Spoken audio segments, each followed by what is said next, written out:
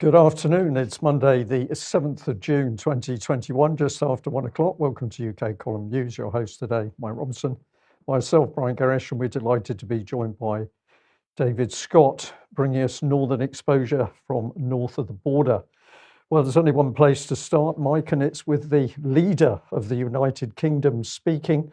Only he isn't here, but this is his message that I'm afraid the excitement's all over because Freedom Day's pushed back until July the 5th. So more over 50s can get their second jab. This was the Daily Mail video with particularly mind-numbing music, but of course you see the graph in there, and it was followed with a gloat at the chaos in Portugal as people who've been told one thing are now told something completely different. So in this 30-second clip from the Daily Mail, we've got both sides. We've got the fear factor, which of course the government is consistently pushing across, the fear of COVID, get those vaccines into people. We've got the chaos alongside that. What does that leave us with? It leaves us with a UK public which is really confused, fearful, anxious, and even more vulnerable for the next level of lies that the government are going to produce. And what will the next level of lies be? Well, of course, this week, towards the end of the week, is the G7 taking place in Cornwall near St Ives. Well, the roads apparently already prepared to be closed. Brian, there's all signs up on the motorways saying that around St Ives the roads will be closed. Roads will be closed for 2 days. So this is to protect the safety of the leaders of society. Yes, so let's listen to our great leader for just a few seconds while he discusses one of the main topics of discussion at the G7. What we want the G7 to try to agree is that instead of vaccinating the whole world by 2024 or 2025, which is the current, what we'd achieve on the current timetable, we need to get this done by the end of next year, by 2022. What we need, I think, is a global treaty on pandemic preparedness. And to go back to the question the excellent question you were asking about the origins of the disease, we need zoonotic research hubs. We need to know where the new zoonotic diseases might be arising. We need to have a global network of surveillance for pandemics. We need to have rules so that there can be no interruptions of supplies across borders, so that we have secure supply chains for the things that we depend on in future. And clearly we need to have agreements on issues such as vaccine passports, COVID status certification, and the rest. So that little video was from The Telegraph, of course. But David, maybe we could say welcome to you before Brian goes into the detail of some of the other media coverage on this. He ticked quite a few boxes there. He was ticking boxes at a rate of knots. Vaccine passports was mentioned. I thought we had decided as a nation or as a government not to do that, but we're going to impose it at an international level. That's interesting. Global network of surveillance for pandemics, rules, supply chain modifications and management. It sounds awful like an international government to me. Indeed. Well, absolutely. It ticked all the boxes there, but did you notice all the hand signals coming in that he was on message, the thumb on top of the fingers? That's always a very positive sign that he's being serious. But don't forget the double cross behind him. The double cross behind him, and it all delivered in a language as if you were arguing over the future of his public school tuck shop. But let's have a look at how the BBC presented it, because I thought they were on track, really. The label, The Vaccine Fascists in Black, is a UK column label, but I think it's an appropriate label. So here's the BBC: COVID, PM to push for world vaccination by end of 2022. We can't repair the potholes in the road. We can't get people into our hospitals. We can't run the country. We can't produce steel. We can't produce ships. But don't worry, because Britain is going to lead the global elite in vaccinating the world. So this is some of the things that said. He was asking his counterpart to rise to the greatest challenge of the post-war era by vaccinating the world by the end of the year. Okay, and it'll be the single greatest feat in medical history. And we're going to add, and never mind the long-term vaccine adverse reactions and deaths. And he's supported, of course, because party politics is long gone. He's supported by Tony Blair creeping in from the background. And Tony said the reality is that governments are obliged to look after their own people, so they will always prioritise vaccinating their own country first. He said you can't be absolutist about this. There may be some vaccine that we can ship out in advance for those poor people in the African countries. And he added that he backed Johnson's call for world vaccination and called for frontline healthcare workers, the elderly, and those in urban areas to be jabbed by the end of the year. The reason for doing that is enlightened self-interest. I hope you're paying attention to the language, David. The reason for doing that is enlightened self-interest. It's not humanitarian simply. It's because it helps us to stop the disease spreading. So that's the line from the man, of course, who was part of the lie to the British public over weapons of mass destruction, but trust Tony on vaccines. Well, you've got to trust Tony not only in vaccines, but also in vaccine passports, because David's saying that he thought the country had decided that we weren't going to do that, but clearly that has been the policy all along, and Tony Blair has now published a paper on this from the Tony Blair Institute. We'll come on to that in a second. So this is the message: less risk, more freedom. So he was on the Andrew Marr show yesterday morning. Let's just have a listen to a little bit of what he had to say. Mr. Blair, you've been advising ministers in public and in private. Looking at all the data you can see, do you think we're going to open up on the 21st of June? I think it's uncertain at the moment, and the paper we're putting out today is saying we should really distinguish between the vaccinated and the unvaccinated. So both here at home, if we do have to adjust some of the freedoms because of the rising pressure from new variants, then it's important at least to ensure that those people who are vaccinated have the maximum freedom they can. And I think that could also be done for travel as well. Is it acceptable to turn down a vaccine, do you think? Unless you've got a good medical reason, my view very clearly is no. And I think that's why it's important to give people a real incentive to get vaccinated, because you know, if you are vaccinated, the evidence is absolutely clear. It reduces the risk of transmission and it reduces the risk of hospitalization or death. So would you make them mandatory?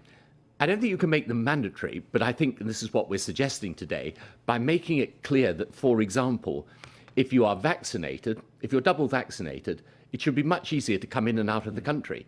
And indeed, round the world, I think you will find that countries start to distinguish between the vaccinated and the unvaccinated. So in Europe, for example, they're going to allow you to travel freely within Europe if you're double vaccinated. So it won't be mandatory, David, but if you're double vaccinated, you'll be allowed to do things, and if you're not, you won't. So how is it not mandatory?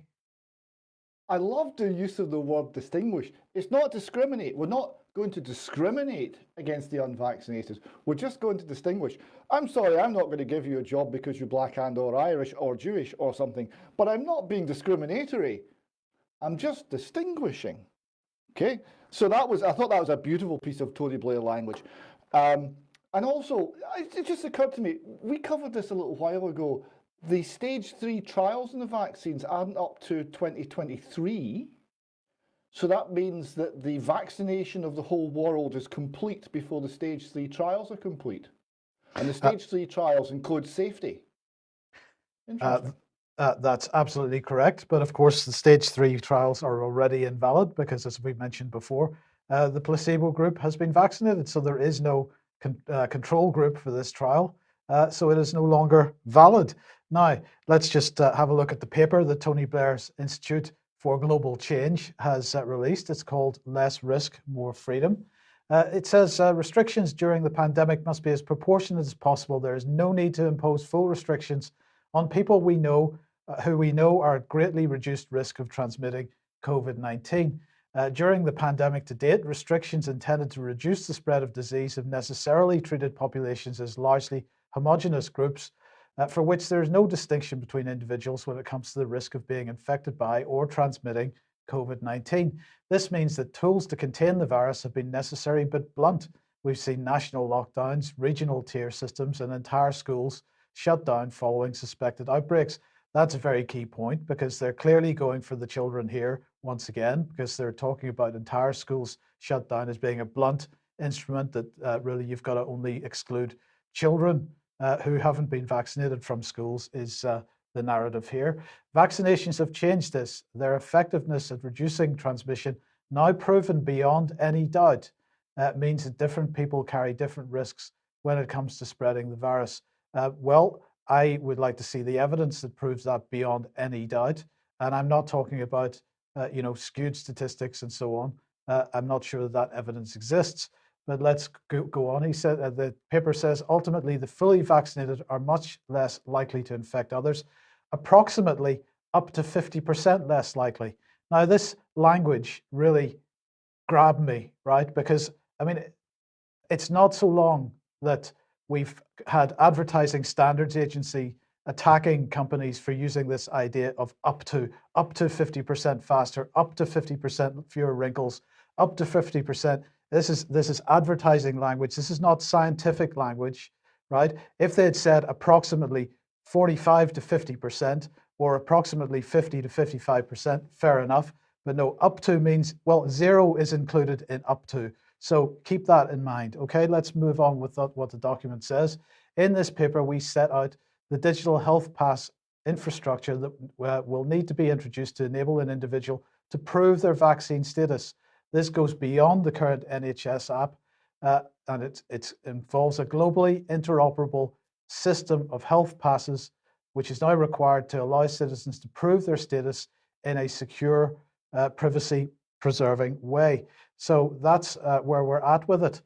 David, the idea that vaccine passports were never on the agenda, of course, is complete nonsense. And when Michael Gove denied it, he was simply being untruthful. But Tony Blair clearly feels that he is an influencer. He is going to have the opportunity to drive policy forward. And it certainly seems, as Brian's already pointed out, that Boris has listened. And this is absolutely a key part of this G7 summit coming up later in the week. Yeah, so this is two-tier citizenship. This is a class and an underclass. This is subhuman people being defined by their vaccine status, by the paperwork. This is show me your papers, and it's all on an international scale. Is it possible that it could be more sinister, Mike? Well, I'm not certain it is. And just to be purely anecdotal for a second, I have had a couple of people say to me in the last couple of days, or certainly since they heard what Tony Blair said yesterday morning on the Andrew Marr show, that this is exactly the path that was taken in 1930s Germany. And this is a very fair observation, I think. Yeah, I mean, this is exactly how it's done. And the attack on the children's particularly sinister. I was just finished reading a book about the Dutchman who was smuggling Bibles into Eastern Europe during the Cold War and his experiences there.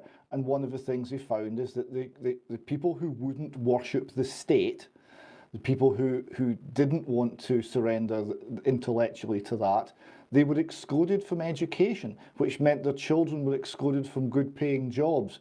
And they were made an underclass via the education system. So the fact that they're going after the children in schools is, again, extremely sinister. Yes, but headlines like this, increasingly popular now. We're seeing them all over the place. This is the Telegraph, why I'm disinviting my unvaccinated friends from my dinner parties. Kate Mulvey. This is just spectacular stuff from Kate Mulvey.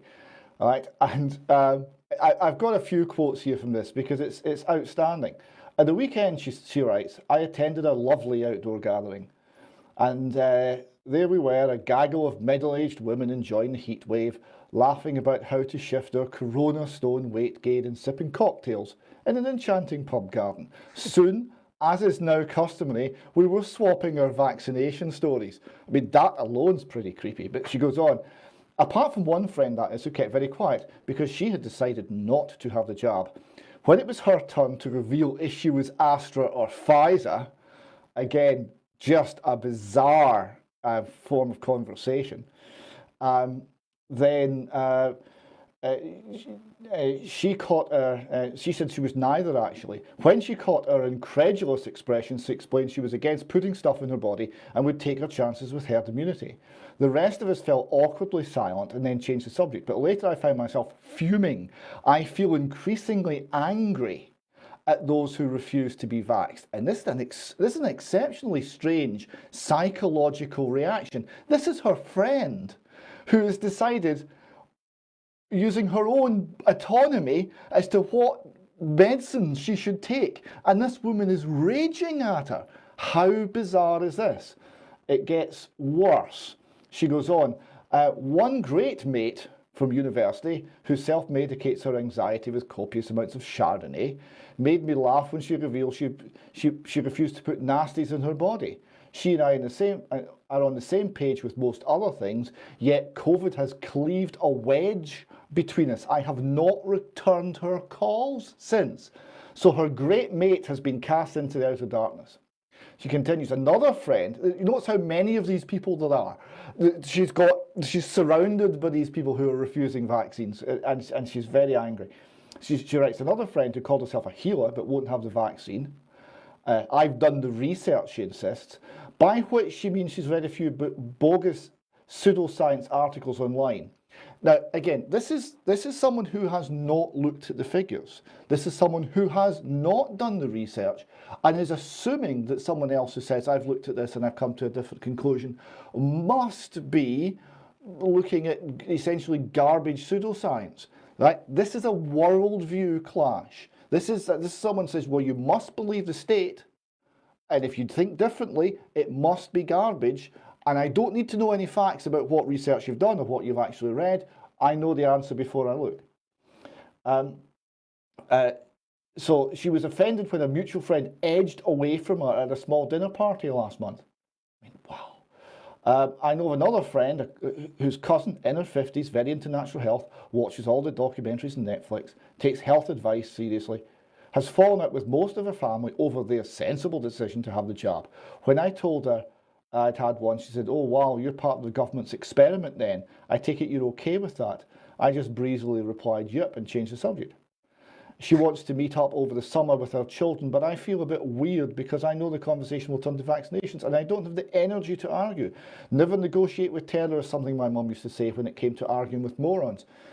Now, so she's telling here that she has no argument to make. She doesn't know the facts. She cannot debate, and she doesn't want to debate the issue with her friends.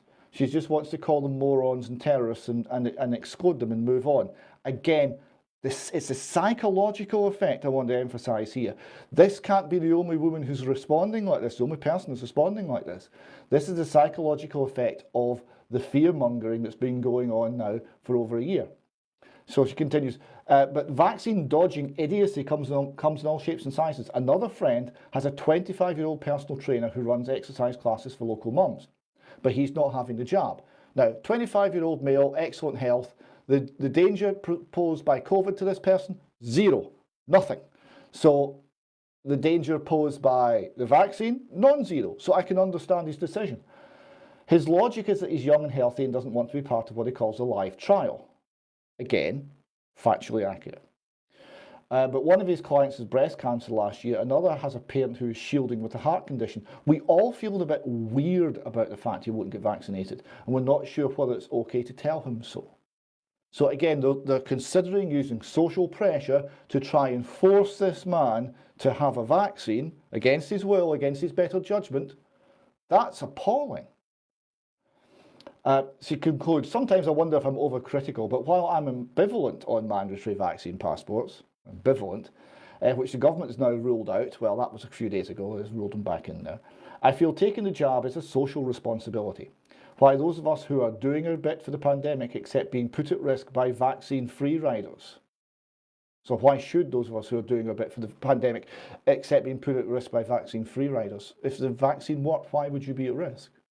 This is an admission that the vaccine doesn't protect people. This is a collective fight against the deadly virus that is mutating faster than you can say, pass me the hand sanitizer. If we continue unlocking, vaccinating us all is both a civic duty and a social necessity. It doesn't mention medical there. doesn't mention scientific, civic and social, which is why when I throw my next dinner party, if you've not been jabbed, you're not coming in. So she's now excluding from her group of friends everyone who's not followed her decision that they should have a vaccination. What do you think of that, gents? Well, to me, this lady, excuse me, has fallen victim to the psychological attack that the government's unleashed. She's mesmerised. She can't think for herself. She is simply following the sound bites that have been put in her head about being vaccinated, and she's prepared to sacrifice people that she says are her friends. So what we can see is psychological damage on this woman. She's not thinking properly, she can't reason, she can't search out the information for herself, she can't hold a debate with people who are her friends, she's just cutting them off. So she's become a very callous individual, and the next step is, well, I don't care if those friends die or if those friends are led off into a camp. This is where her mind has been taken, and it's been taken there deliberately by the British government. But David, you wanted to remind us all that it was the 11th of May 2020 when we highlighted the Spy B minutes showing that this was exactly what was going to happen. Yes, this is planned. What she's showing is exactly in accordance with the government's intentions. Quote, the perceived level of personal threat needs to be increased amongst those who are complacent. And they then went on to talk about social pressure. Now, I would point out here that a sticker I saw from the White Rose organisation, I think, summarises the effect of this absolutely accurately. They write, a government that wages psychological warfare on its own citizens has declared itself the enemy of the people. I consider that to be an accurate statement, and that we are at that particular junction now. Well, we can say that with total confidence because the government's own documents, with a baseline document Mindspace from 2010 from the Cabinet Office, said that the government was using and going to continue to use psychological warfare on the population so that they adhere to government policy. So the government documents are telling us there's no ifs or buts about this. Yes, David, we had a bit of video from the Dutch Parliament. Is this the appropriate time to show that? Yes, we can cover that now. Yes, it's in Dutch but with subtitles. I don't know how you want to do this. Do you want to just run it? Well, just introduce it, David. So this is Thierry. Oh gosh, I've blanked his name just now. I'm very sorry. I'll get that for you in a moment. He's from a Dutch party that's sort of the equivalent of the AFD in Germany, so a populist right-wing nationalist party who say unpopular things. He's the gentleman who got the defence minister in Holland to resign when he turned up in Parliament wearing a defective flak jacket that the Dutch troops have been forced to wear in combat in Mali. So he's able to stir things up a little bit. This speech was, I think, quite the best 2-minute summary of the situation regarding COVID I've seen from any politician anywhere. Dat er een punt komt dat wij wakker worden.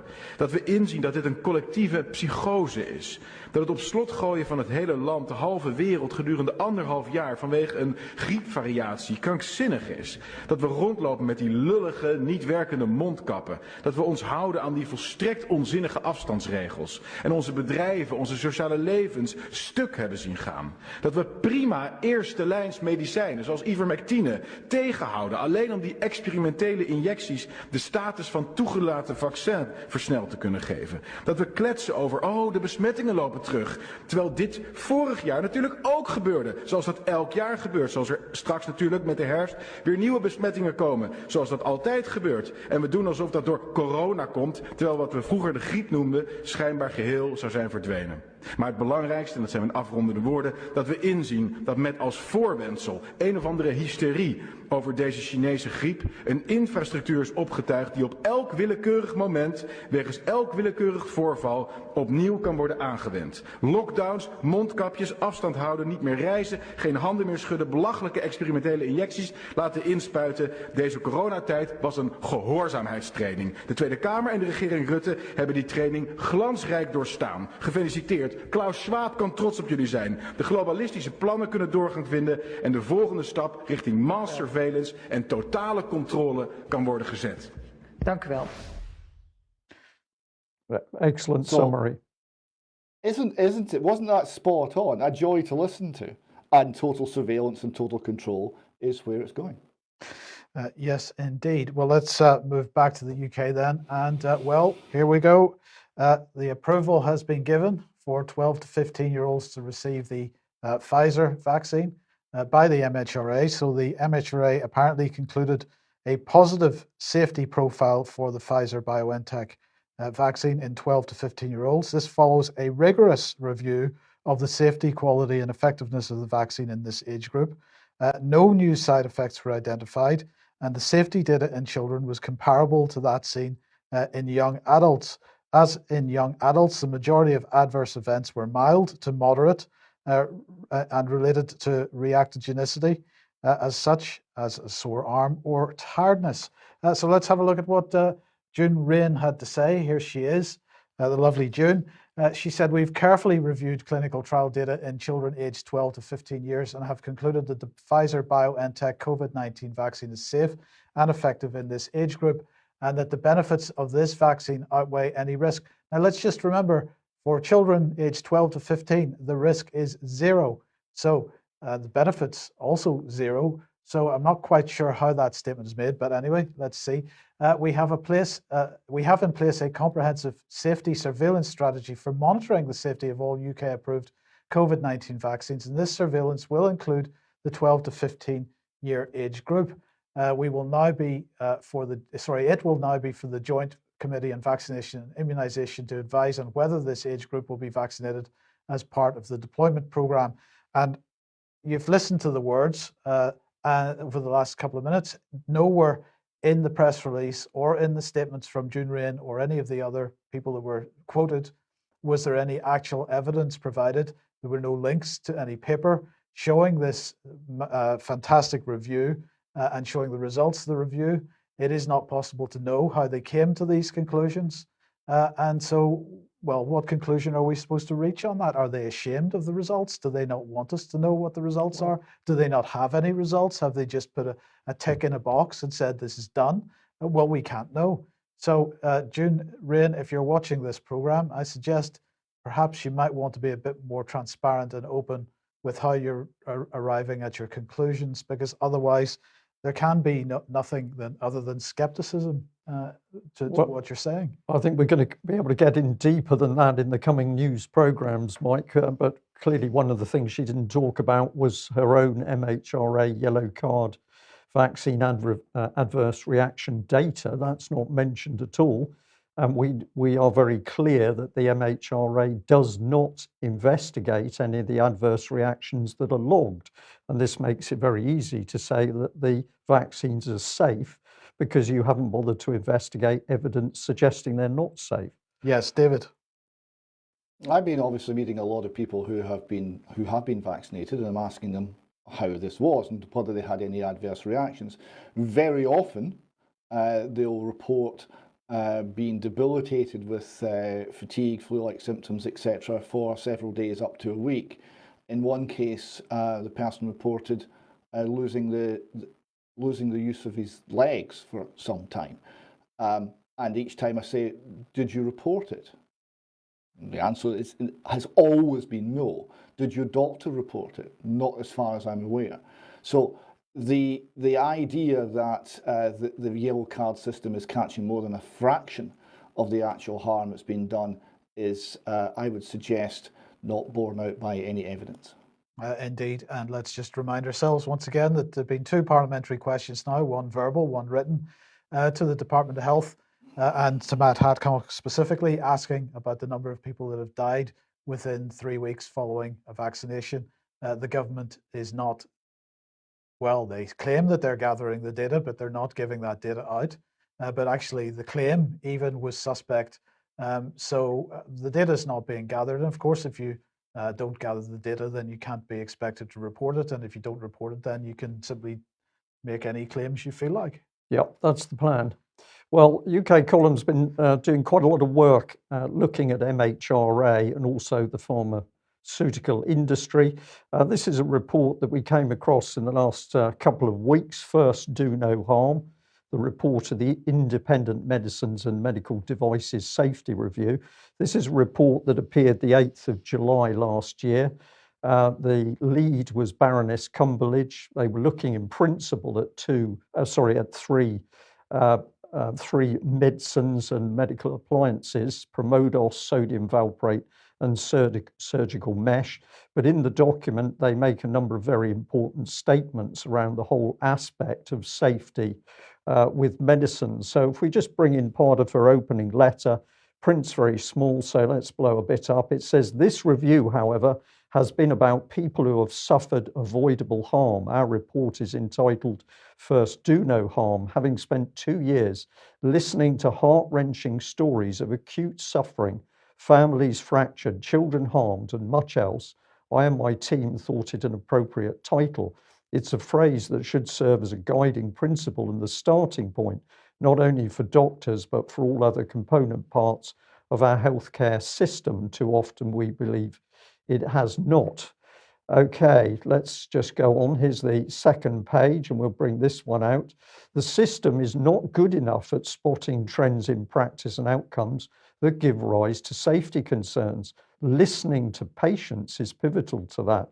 This is why one of our principal recommendations is the appointment of an independent patient safety commissioner, a person of standing who sits outside of the healthcare system, accountable to the Parliament through Health and Social Care Select Committee. So the bit I'm interested in is that at least there's a recognition that it's the safety of the patients that people should be listening to. The suggestion that we're going to get an independent patient safety commissioner, I think, is laughable. But it was at least recognised that we should be listening to what people are saying about medication. And if we come into this part of the report, theme 3, I was never told the failure of informed consent. So Baroness Cumberledge has to write a whole section about the failure of informed consent. Let's have a little bit of it here. Informed consent matters. It's the indispensable basis for the provision of healthcare and treatment by clinicians, and it goes to the very heart of the patient-clinical relationship.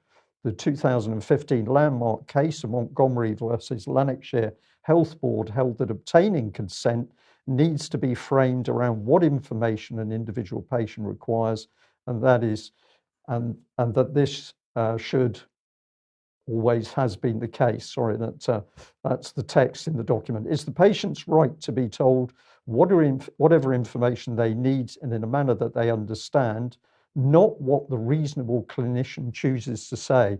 I thought that was absolutely critical, because what we are being told at the moment is that the advice is coming from reasonable clinicians, but this document says that is not the lead. The lead is what the public can understand. They need to be told what they need to be told, and they can understand to make a decision on whether or not to proceed with a particular procedure or medication.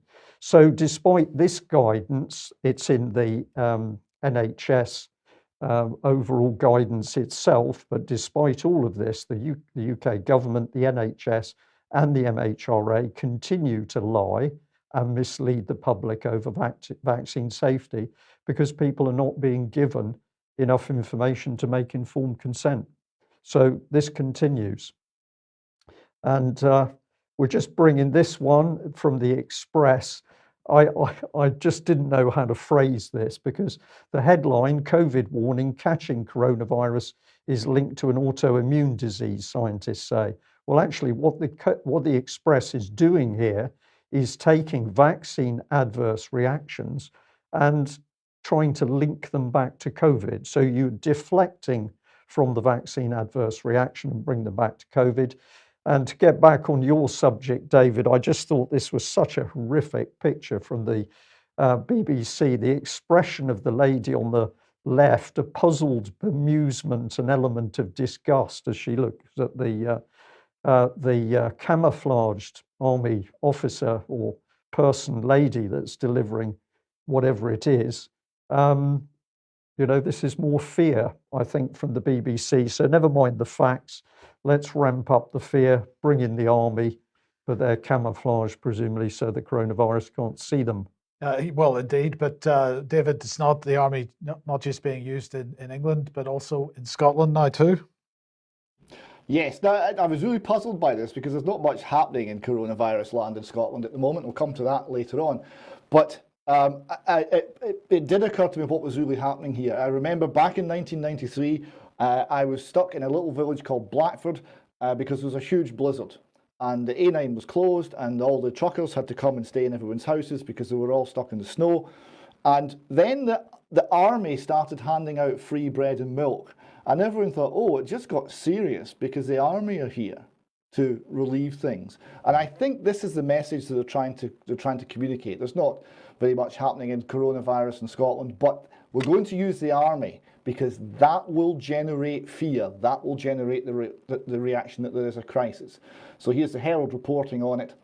The army has been drafted into NHS Lothian and Lanarkshire that you mentioned just a moment ago there, Brian.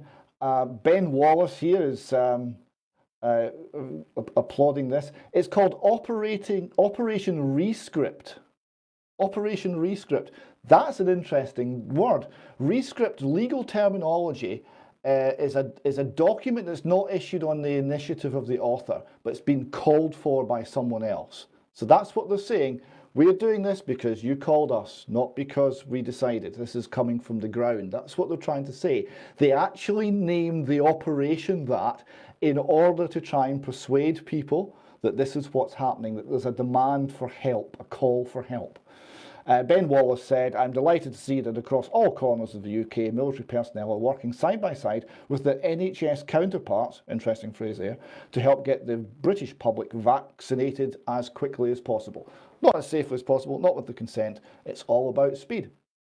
It's all about speed. I'll just pop up the BBC briefly here. This is the one that had Boris Johnson pushing for the world to be vaccinated. And I just wanted to highlight how do they help this push is they produce the statistics they know are going to frighten the public, really. So top right, the total cases, 4,511,669. Yeah, but the problem with that, I mean, the headline figures there, of course, are designed to scare people. But the problem with that is there is a disparity, David, between the headline figures there and what's actually going on at the minute. So 13 new deaths, 5,000 new cases. And in the greater scheme of things, I'm not clear how that justifies the position that we've heard from Tony Blair and Boris Johnson today. Well, indeed it doesn't. New deaths today in Scotland, 0. But we've called the army in because it's a panic. It's desperate. It's all about creating the impression. And this is against the constant drumbeat of fear from Tony Blair and all of his little friends and the entire press corps. And it's constant and it's everywhere. And the BBC are pushing it out 20 times a day. And it has an effect. They're very good at frightening people. I mean, let's not take that away. But it's not based on anything real. No, but let's just have a quick look at the Scottish numbers then. So this is from the 6th of June, which is yesterday. 77. Sorry, go ahead. No, you go. Okay, 775 new cases of COVID-19 reported, 20,675 new tests, and 4% of those were positive. Those could be largely false positives, but anyway. Yes, what's the false positive rate on that testing? Could it be 4%? Perhaps. Yes, very much so. And but don't worry, because 3,365,779 people have received the first dose of the vaccination, and 2.2 million have received their second dose. So this is all good news, David.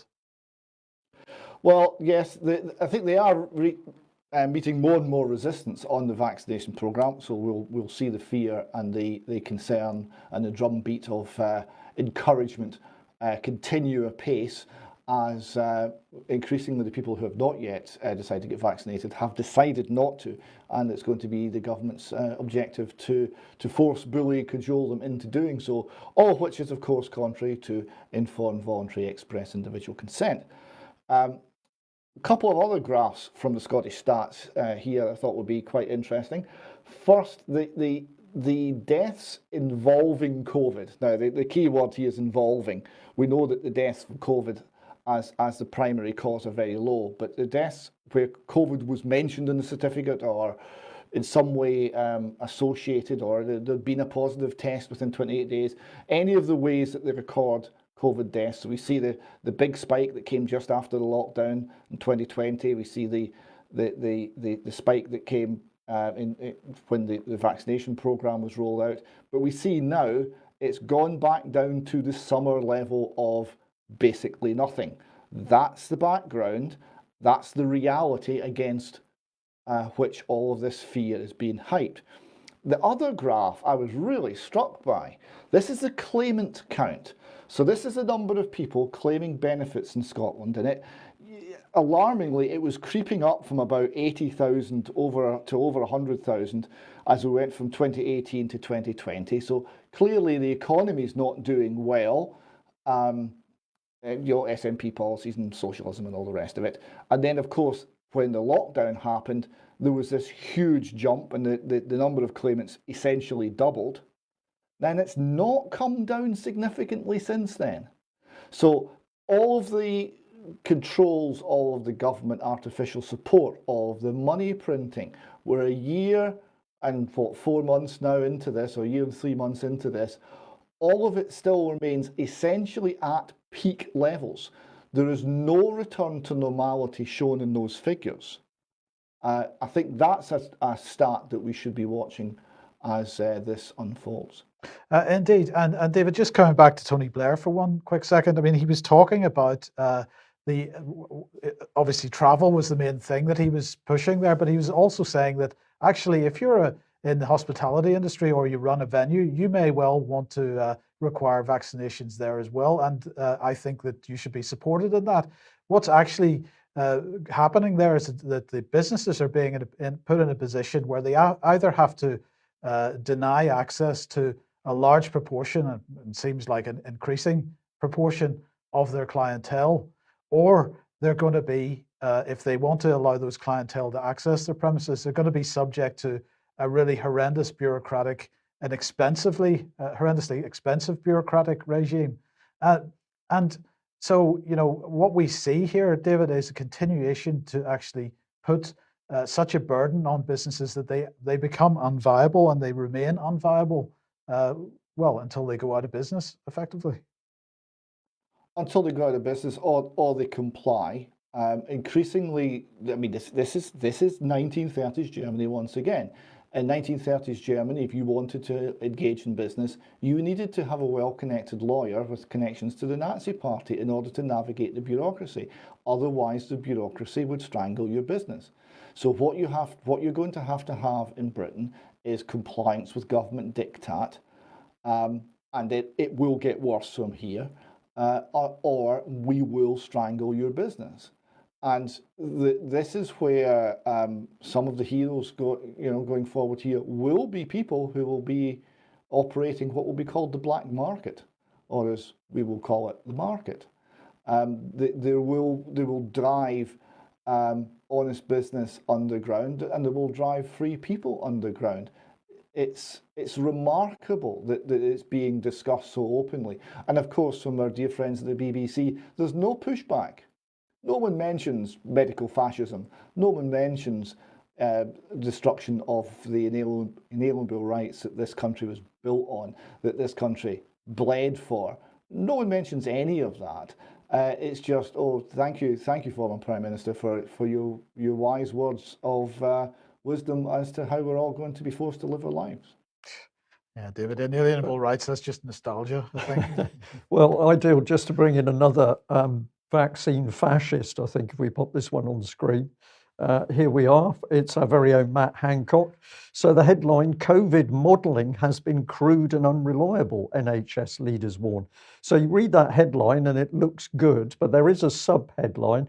Let's bring this on to another one. Let's have a look at what seems to be true. Well, the headline seems to be true because there's a lot of evidence that the COVID modelling has been exceptionally crude and very unreliable.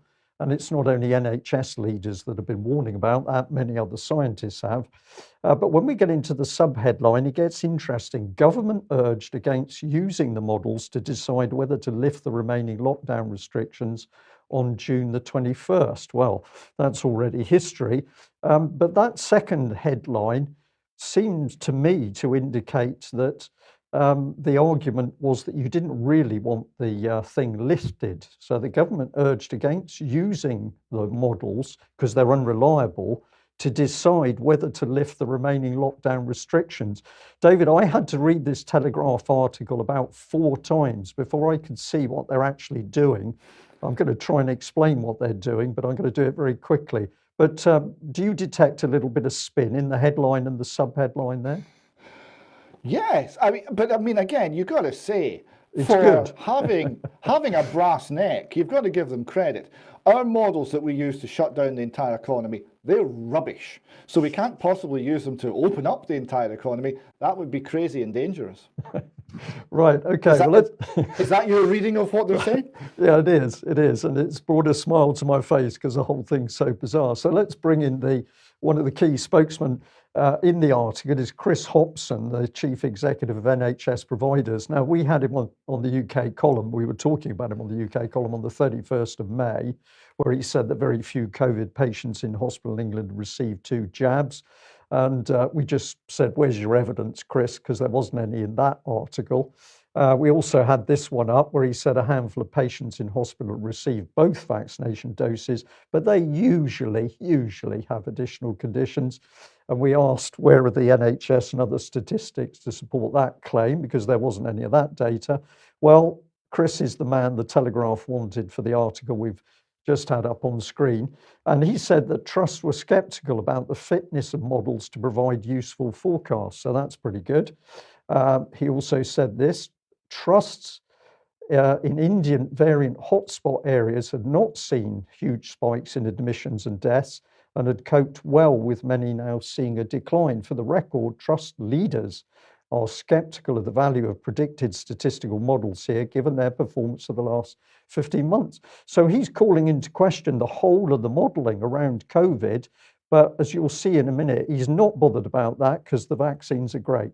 Leaders, where are we? Leaders point to the crude assumptions that have been made and the huge shifts in the outcome if small changes are made to the assumptions. Well, this is pretty accurate. It was clear that even areas with the variants had been in no danger of being overwhelmed as predicted in the earlier models, with admissions and deaths never approaching the levels seen in earlier waves. This is all good news.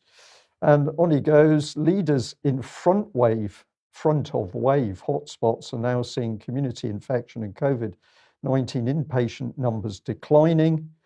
And the last bit here, they feel they've coped well with this latest surge. Nobody wants to be too definitive at this point, understandably, but there is increasing confidence that in hotspots for this pattern of variant, vaccines have broken the chain between COVID-19 infection and high levels of hospitalizations and mortality in previous waves. But how does he know that if he knows the modeling which was used to create the idea of a pandemic in the first place was complete rubbish? This man is mesmerized, but he ends with this. Oh, sorry, I've brought in the other bit as well. This confirms trial data and feels very significant. So the vaccine data is confirmed, but the modeling that the whole pandemic was based on was never challenged, and there's no investigation of the yellow card reaction. So what else can we do? Sorry, we can bring in this one, David. Yes, I can see you. I'll see you. I'll bring you back in a second. So this is the Telegraph in the article talking about death modelling. You don't want to talk about people getting better, you want death modelling. And it says that the death modelling the government used to justify lockdown was out of date. And they brought in this tremendous graph, which I had to do a bit of work on so you can actually read it. But you can see that the graph used at a Downing Street press conference was talking about sort of 4,500 deaths, when the reality of the red line is way below 1,000. So the Telegraph even admitted that the modelling was rubbish, but there was no change made in dealing with the overall pandemic. So the models which inform the government's roadmap have been previously denounced for underestimating the protective effect of the vaccine. Well, hang on, we're supposed to be talking about releasing lockdown and wrongly estimating the number of people who have antibodies against the virus. So the Telegraph in this article is not talking about the headline, which is the release of the lockdown. And the last bit here is they say this. They also failed to take into account that the effect of the warmer, drier weather and that of the vaccines would cut transmission. So, David, I had to read and reread this article, and then I realized that actually the article had nothing in it about the headline. So the headline was about the lifting of the lockdown, but there was nothing in the article talking about the lifting of the lockdown. It was promoting vaccines. Now, that was tremendous. A couple of comments. One, both the Telegraph and Chris must have been watching UK Column. We reported on all of this. When they came out with that model, right, I remember mocking them live on air that they had 3 models and 2 of which ignored seasonality in seasonal flu. And one only had it modelled to a very minor degree. Obviously, garbage. Garbage. And so it has proven. That's what we said at the time, that this would not happen. How did we know? Because we simply escaped the fear, and it's blindingly obvious. I liked the Chris's comments about all of the statistics that didn't, and predictions that didn't work, and I really suspect he might have been watching UK Column. But I particularly like his little anecdotes, right? Because he goes and he says, well, when there's very few people in hospital with COVID, he says, well, there's very few people in hospital with COVID with 2 vaccinations. Yeah, we know, because there's very few people in hospital with COVID. And he says, well, there are some people in hospital with COVID with 2 vaccinations, but they've generally got other conditions. Yes, we know, Chris, because all of the people, or virtually all of the people in hospital with COVID have other conditions. That's the nature of the problem. So he's taking things that we know to be generally true and presenting them as specifically true about the vaccination in order to justify his story on vaccination. It's deception. It's not very good deception, but it's deception. Okay, well, we just end with the journalist from the Telegraph, Sarah Knapton. This is the lady. She's actually quite kind on dogs. She's got quite a lot on her Twitter page about dogs and LGBT issues, but she sees herself as a bookend. Is that the right description? So if you can't think anything to do with her as a journalist, you can put her up on the shelf to prop your books up. And I think that's about right. So it says only 2 people have died with the Indian variant after full vaccination. We won't even go there, David, because we just need to ask her the same question. Why is she not reporting on the adverse effects? Now, I'm sure many people will have seen this from Dr. Samuel White. It's been doing the rounds on Twitter and so on. We're going to just play a little excerpt from the video that he presented in case somebody hasn't seen it. But just to let you know who he is, he was a primary care physician specializing in functional health and well-being. He is a member of the Institute of Functional Medicine, and ILAD's views are his own. Now, he pushed this little video out over the weekend. I think June the 4th is when this went out. So let's just briefly have a listen to what he has to say. Hi, everyone. My name's Dr. Sam. I just want to share a story with you today about how I came to resign at the beginning of the year, really. I had a job for life. I was a partner in a GP practice. I've been a doctor since 2004, so 17 years. The last 11 in general practice. Also, until recently, working in the emergency department. And a few years before that, I helped run a palliative care hospice as well. I had to go because that was the only thing I could do, really, because of the lies. And the lies over the last year or so have been so vast, it's been impossible to stomach or tolerate. I went to medical school in good faith because I wanted to help people and make a difference. And that's not what's happened this year. And it's been as if my hands and those of many other doctors and nurses who perhaps a bit afraid to come forward have had their hands tied behind their backs. So there are treatments available, safe treatments, proven treatments with lots of evidence to back that up, including treatments like hydroxychloroquine and ivermectin, which can be used as both prophylaxis and in treatment. Even a simple inhaler called budesonide has been found to be effective by a doctor who works in the emergency department in the States. So what I'm asking today is that you do your own research, and I'm going to tag in this video a lot of doctors, perhaps more eminent than myself, who've done a lot of work exposing what's going on. So there's quite a bit more to that, which is available on his, I believe, on his Instagram channel, but it's being circulated widely on social media, so we shouldn't have too much trouble finding it. Now, I have to say, one of the positive things that I've seen is he's followed up on that, thanking people, lots of people, for their kind words, support and prayers. It really means a lot to me right now. I will do my utmost to reply to as many messages I've received over the last 48 hours. So the response has clearly been extremely positive. But David, just very briefly, the key point here is one of the things he was making, one of the points he was making, is the fear that there is within the medical profession to speak out. Now, he's felt that he's had to leave his job earlier this year in order to be able to speak out, or he's certainly decided to speak out through being free of that obligation. But lots of people fearful to speak. This is exactly correct, and so many of the nurses we've spoken to are in the same boat, that they have to leave their post before they can speak freely. This is extremely sinister as well, because we're tying up the expertise, we're tying up the competency within our entire society, and we're silencing it in order that the political agenda can be rolled out without objection. And of course, the professional bodies are complicit in this.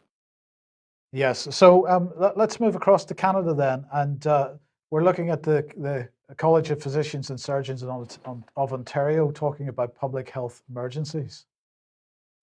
Yes, so this is what they have to say on policies. Policies of the college set out expectations for professional conduct of physicians practicing in Ontario. Together with the practice guide and relevant legislation and case law, they will be used by the college and its committees when considering physician practice or conduct. Right, so they will be used to regulate the profession. Within policies, the terms must and advised are used to articulate the college's expectations. When advised is used, it indicates that the physician's reasonable discretion. Now, by implication, when must is used, the physician has no discretion. The physician must comply, and there's no professional discretion allowed. So they continue. Definitions of a public health emergency. A current and pending situation that constitutes a danger of major proportions with the potential to result in serious harm to the health of the public. They are usually caused by forces of nature, a disease or other health risk, an accident or an act, whether intentional or otherwise. They are declared by government and public health authorities at the federal, provincial and municipal levels. So these can be defined by a city or town government. And when they're so defined, the physicians must follow the rules set out, otherwise they will be subject to censure and removal of their ability to earn a living. So, policies. Under providing physician services, it first says that physicians must be available to provide physician services. So if you think that the actions that you're being asked as a physician are harmful and you would rather not do them at all, that's not allowed. You must comply. And then it says physicians providing direct medical care to people in need must do so in accordance with the relevant legislation and emergency management plans. So there's no ability for the physician to use his or her judgment as to whether these plans are correct. They must comply or face the consequences. Now that follows a requirement that they must do so in accordance with values, principles and duties of medical professionalism. It doesn't explain what a physician would do if he was faced with a conflict between the government legislation and the diktats of medical professionalism. If he thought those two were in opposition to one another, he must comply with both. And we then get to the warning that they've put out to their members. The college is aware and concerned about the increase of misinformation circulating on social media and other platforms regarding physicians who are publicly contradicting public health orders and recommendations.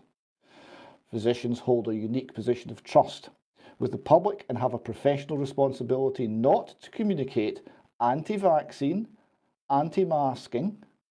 Remember, anti-masking was conventional wisdom only a few months ago. Anti-masking, anti-distancing, anti-lockdown statements, and or promoting unsupported, unproven treatments for COVID-19. Presumably those treatments just listed by the doctor we listened to a few moments ago. Physicians must not act to make comments or provide advice that encourages the public to act contrary to public health orders and recommendations. Physicians who put the public at risk may face an investigation by the CPSO and disciplinary action when warranted. When offering opinions, physicians must be guided by law, regulatory standards, and the Code of Ethics and Professional Conduct. The information shared must not be misleading or deceptive and must be supported by available evidence and science. That actually contradicts the first part because they're not talking about evidence-based or scientifically proven or demonstrable facts. They're talking about compliance with pro-vaccine, pro-masking, pro-lockdown, pro-social distancing, or disciplinary action, which means we'll take away your license, you won't be able to practice the profession that you've spent your entire life winning access to, and you can go back to flipping burgers or wherever else you can scrape out a living. Thank you for playing Who Has Integrity. But the government of Canada has some facts. Well, when it said vaccine in that little list, on the original website from the CPSO, it has a hyperlink to tell the doctors that they're threatening all about vaccines. And this is what it leads to. This tiny little page, right? It says vaccines work. Scientific and medical evidence shows that vaccines can help protect you against COVID-19. Studies are also showing that vaccinated people may have less severe illness if they do become ill. So we're now defining work as you can still get the virus, and it can still make you ill, and you can still pass it on, but it might help. So that's the new definition of a vaccine that works. I thought that was quite interesting. Vaccines are safe. Only vaccines that are proven to be safe, effective, and high quality are authorised for use in Canada. Now, we know that the word safe is a relative term, not an absolute term, so that's deceptive. It then says mRNA vaccines provide instructions to your cells to make coronavirus protein. Protein will trigger an immune response that will help protect you against COVID-19. No mention of adverse reactions, blood clots, or anything else there.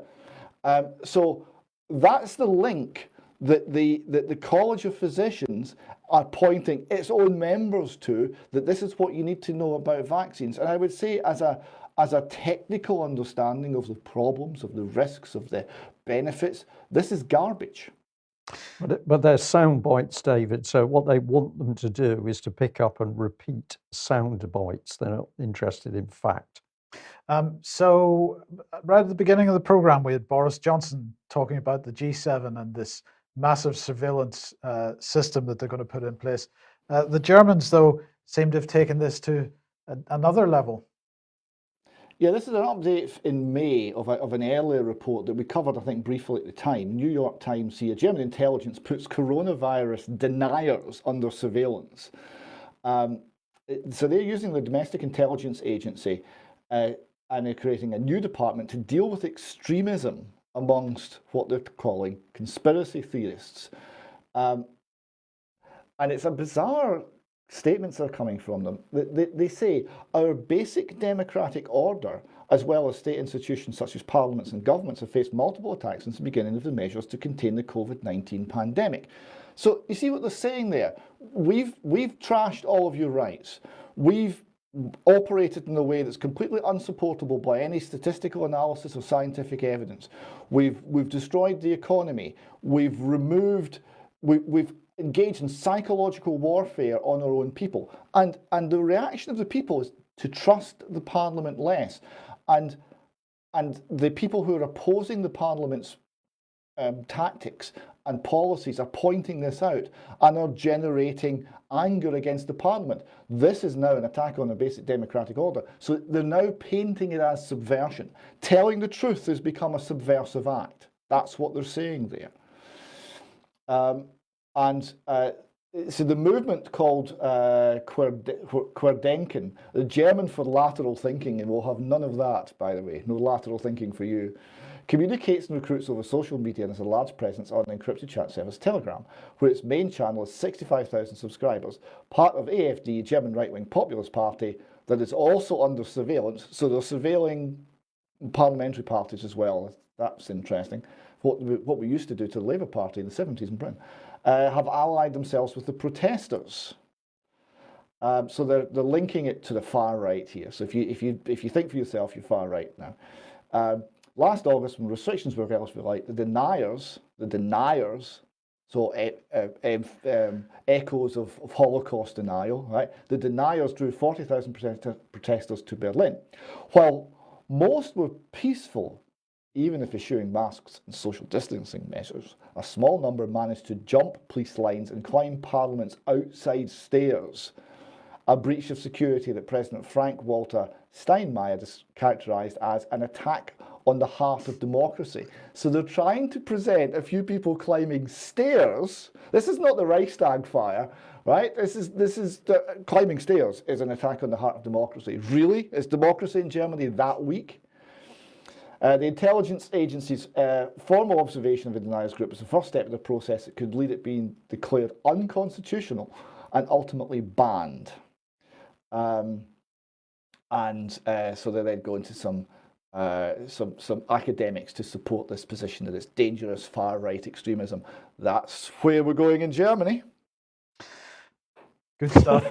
Thank you for that, David. Yes. Okay. Now, if you like what the UK Column does and you would like to support us, then please head over to ukcolumn.org/community, and there are options to help us out there. That'd be very much appreciated.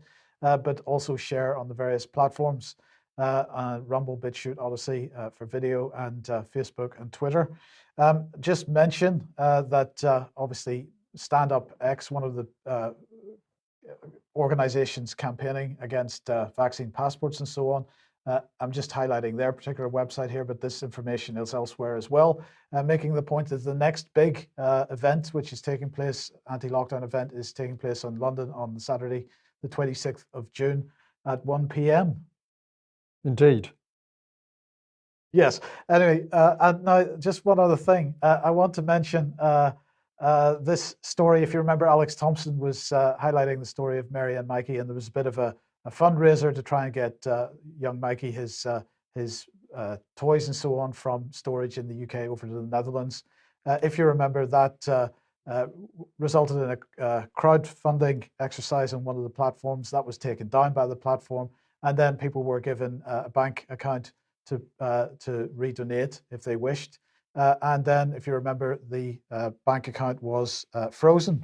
Well, I'm glad to say that that has now been dealt with, and in fact, there's been a statement made, or at least a statement made to Mary from to the person who was running the bank account from the bank, and they said, following our most recent telephone call, I can confirm all restrictions on the accounts and online banking have subsequently been lifted, and accept my sincere apologies on behalf of Nationwide. So it seems that Nationwide have finally come round. They've released the money, and that will progress. So thank you very much once again to everybody that donated. And that's a bit of people power, I think, in there. I think that is the case. Yes. Yeah. Okay, well, let's move on. Just a few emails sent into the UK column. This one I thought was delightful. It came all the way from Australia. So this is a statement from the Honourable James Merlino, Acting Premier of Victoria State Government. And this is a couple of pages on the new freedoms. I was going to say lockdown, but of course they're freedoms. And I just pulled out this paragraph because I thought it was so beautiful. Public gatherings, catching up at a public place like the park or the beach, will be increased to 10 people. If there's only 10 of you in a park or on the beach, there's no coronavirus. That's really good. Restaurants and cafes can reopen to a maximum of 50. So clearly the coronavirus prefers beaches and parks. And then we've got this one. Religious ceremonies and funerals will be capped at 50, weddings at 10. So that virus knows where there's good food and drink, and it's in there with, woof, let me get into the wedding. Whereas if it's a funeral, no, I'm not so keen. I've already done my job. I'm not going to the funeral. You read this, complete and utter nonsense, and I'm going to say thank you very much to our Aussie brethren for sending this over for the Poms to read, and we're with you, really. We've got this one here. This is more serious. You may have seen this document already, but an NHS nurse friend shared it with me. She's been asked on numerous occasions to take the injection, which she refuses. Another friend who's also worked in the NHS has been harassed non-stop. So there's the description. They're being harassed and bullied to take the vaccine. We've got people picking up on the censorship, which is becoming very overt now. So this is Twitter refusing to publish something until they told you that it hadn't fact-checked too well. So they don't want to see stuff talking about President Trump. But I was just interested to see somebody put this. And this one I'm going to say this is a very sad email, and we're going to say to the person, if you're watching, we're going to encourage you to reach out and get in contact with more UK column viewers. Is there any real hope for the future? I'm very tired and completely exhausted with COVID propaganda and fighting for my rights. I've lost friends who do not contact me because of my anti-vax opinions. Indeed, recently had to fight my mother's doctor who said it will take my decision to not vaccinate my mother as neglect. So this is a very personal email from somebody who's really suffering as what's going on. And this is where we say as UK column, we need to stick together. We need to show love and human kindness if we're going to help people who are finding these times very tough. But our message for the person who sent that email in is chin up, reach out to the UK column viewers and listeners, and I'm sure we can improve your situation. I've got another one here, which was very different. This has come from afar, the Great Barrier Island, New Zealand. Thank you for the work you're doing. My wife and I have been following you for almost a year. We're very quickly of the opinion that something was wrong in the pandemic. You asked in one episode about where people were tuning in from. I believe we may be the most distant. We live on a small island off the east coast of Auckland, New Zealand. It's called the Great Barrier Island. We're fully off-grid, generate our own power, collect our own water, etc. But we now subscribe to the UK column. So well done to, Great Barrier Islands. And if you're wondering what sort of life these people are living, well, David, it looks good to me. What do you think? It does look like rather wonderful, doesn't it? Yeah, it's sort of like Harris, but with sunshine.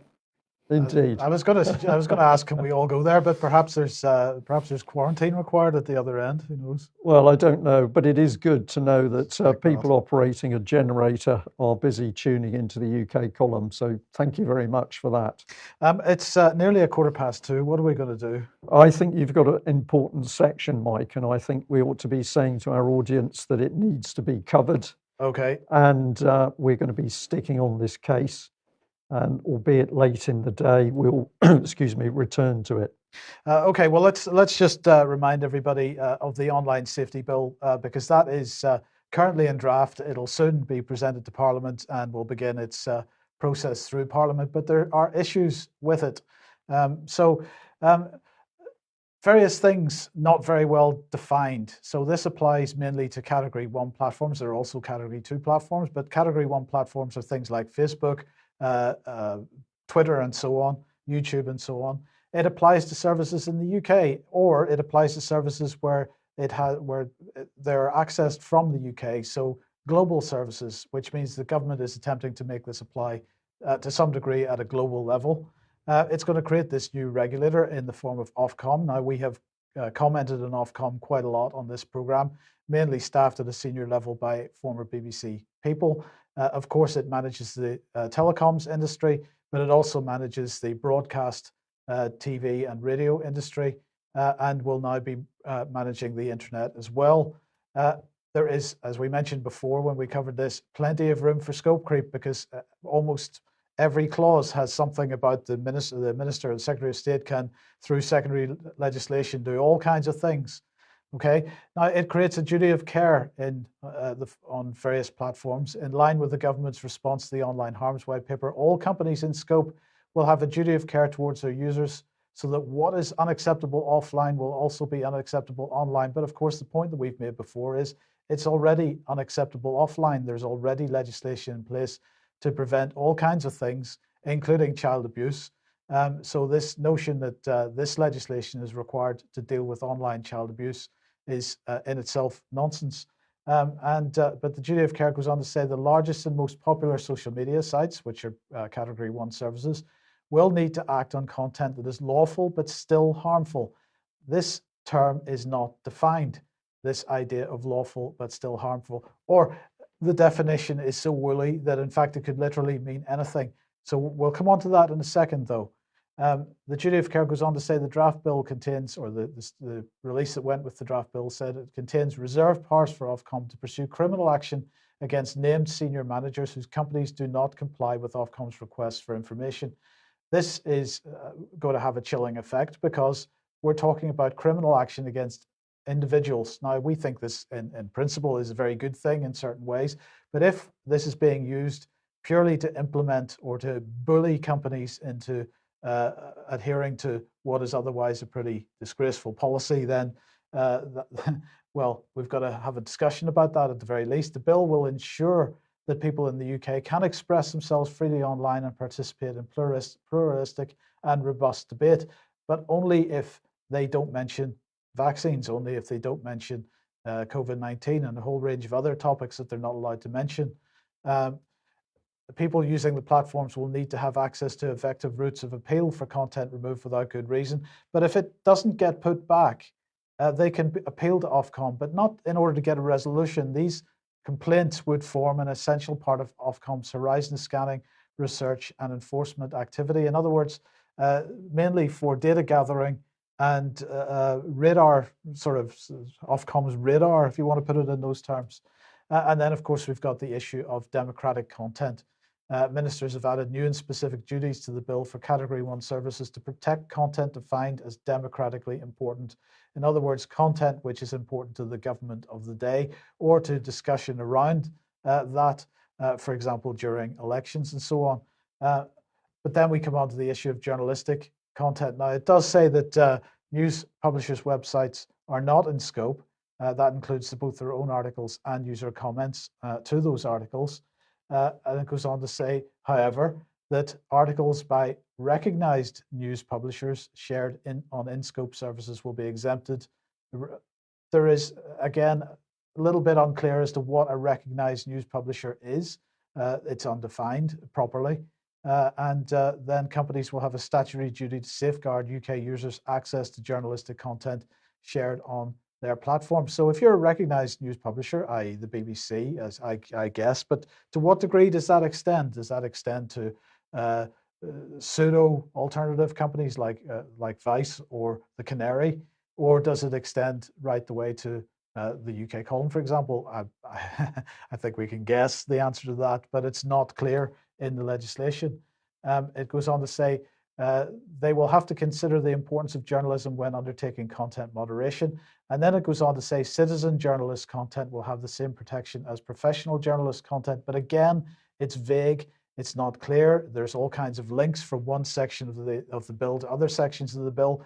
And what is the definition of a citizen journalist? Now, I believe that the definition of a citizen journalist in this case is Bellingcat and the likes of Bellingcat. You and I, David, would not be considered citizen journalists. So let's have a look at what the House of Lords has said about this, because they wrote to the Secretary of State. And I'm just going to give a couple of examples from their letter to sort of give an idea of how vague this legislation is at the minute. Clause 46 of the draft bill states that its provisions on legal but harmful content on Category 1 platforms apply where, quotes, the provider of the service has reasonable grounds to believe that the nature of the content is such that there is a material risk of the content having or indirectly having a significant adverse physical or psychological impact on an adult of ordinary sensibilities. It is unclear, says the House of Lords Committee, Communications Digital Committee, it is unclear what the draft bill means by ordinary sensibilities. It is even less clear when read in conjunction with subsection 4, which specifies that in the case of content which may reasonably be assumed to particularly affect people with a certain characteristic or combination of characteristics, or to particularly affect a certain group of people, the provider is to assume that the adult possesses that characteristic or combination of characteristics, or is a member of that group, as the case may be. So, David, you know, this is indicative of the style of the bill and the content of the bill. It seems to me that this is deliberately obfuscating the purpose of the bill and the extent and the scope of the bill. Things remain vaguely defined or undefined, and the language is convoluted to the degree where even somebody with significant legal training is going to find it difficult to unpick all the various directions and possibilities within it. So, you know, this reminds me a little bit of named person. I think you've mentioned this to me in the last couple of days. You know, how do we get to the bottom of what this actually does? Well, this is a challenge. You see, named person was defeated by the people who got to the bottom of what it actually did. And it took months, even years of painstaking research to actually unpick it.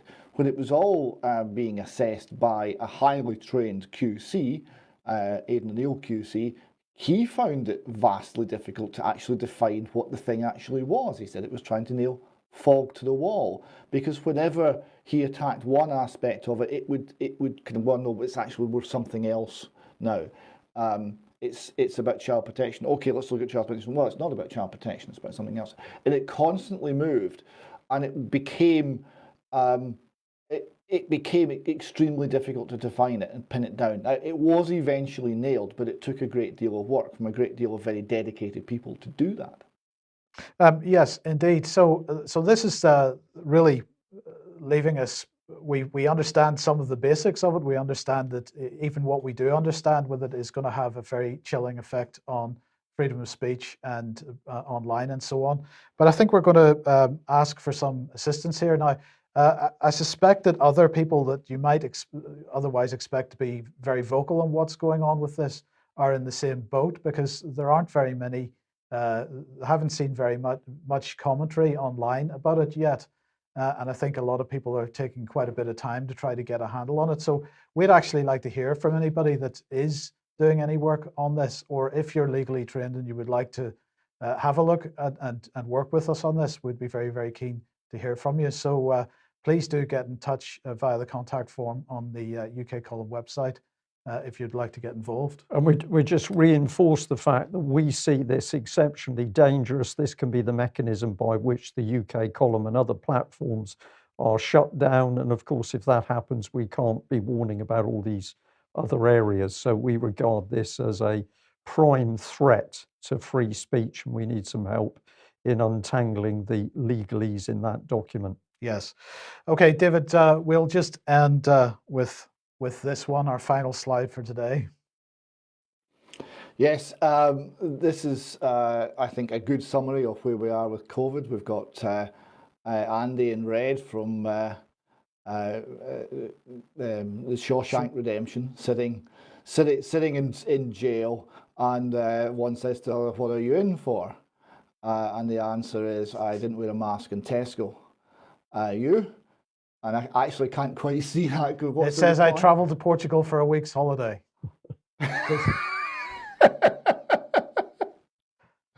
Yes, so yeah, that's where we're heading. In comedy, there is often truth. Yeah, yes, indeed. Okay, well, that's it. A long news today, but very important things unfolding. A few people in the chat box noticed, of course, that if you want to protest the G7, you've got to come out of Cornwall. You've got to cross the Tamar and into Plymouth, where you're going to be allowed to go into a protest pen to protest as those leaders decide to vaccinate the world. We're not making this up. We're still smiling, but that's the best we can do at the moment. We'll be back. Sorry, I was just going to say we'll be back in 10 minutes or so on the UK column live stream with some extra. And we'll just say for the UK column, looking into the future, we are going to need more muscle to do what we do. So if you're a viewer who are still not subscribed, please do come on, join us and become a subscriber, because we need your financial support to take UK column into a position where we're capable of standing up and fighting for ourselves. I'll leave you all to think about that. See you in a few minutes. Thank you. Bye-bye. Bye-bye.